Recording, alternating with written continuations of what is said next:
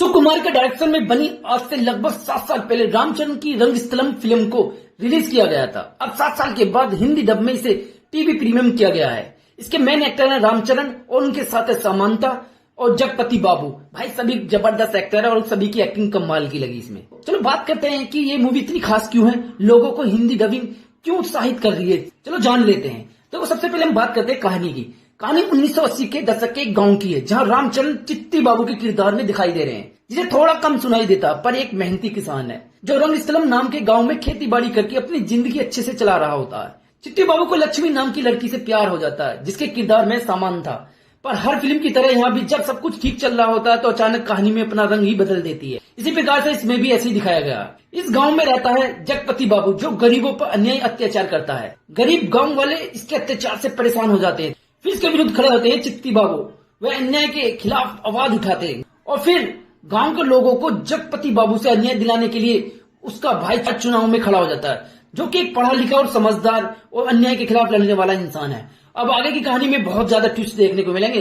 Simple सी लग रही है कहानी, लेकिन भाई सिंपल कहानी नहीं है।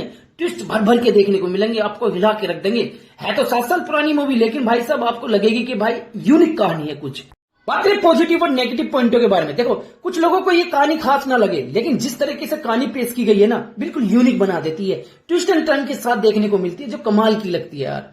देखो, गांव और जमीन के ऊपर बहुत सारी मूवी देखी होगी, लेकिन भाई इसे देखोगे ना तो आप एंड तक देखते चले जाओगे। इतना यूनिक तरीके से प्रेजेंट किया भाई। एंड भी करने वाले कौन है? सुकुमार डायरेक्टर। भाई कमाल के, जिन्होंने पुष्पा जैसी मूवी बनाई थी, तो भाई वो तो कमाल ही कर जाते हैं। जब भी करते हैं ना, कमाल कर जाते हैं।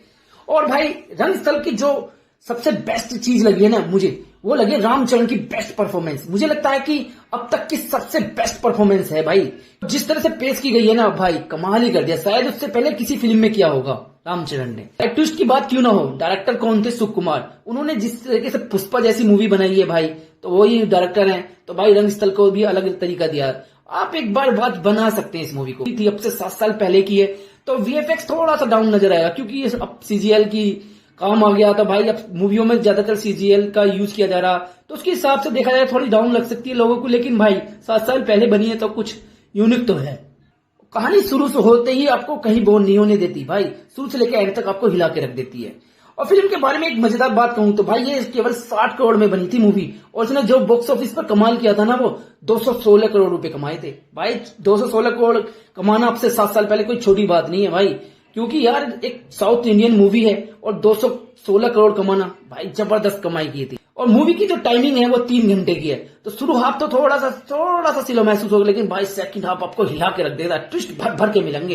एक ही कमी है, वीएफएक्स सीजीआई।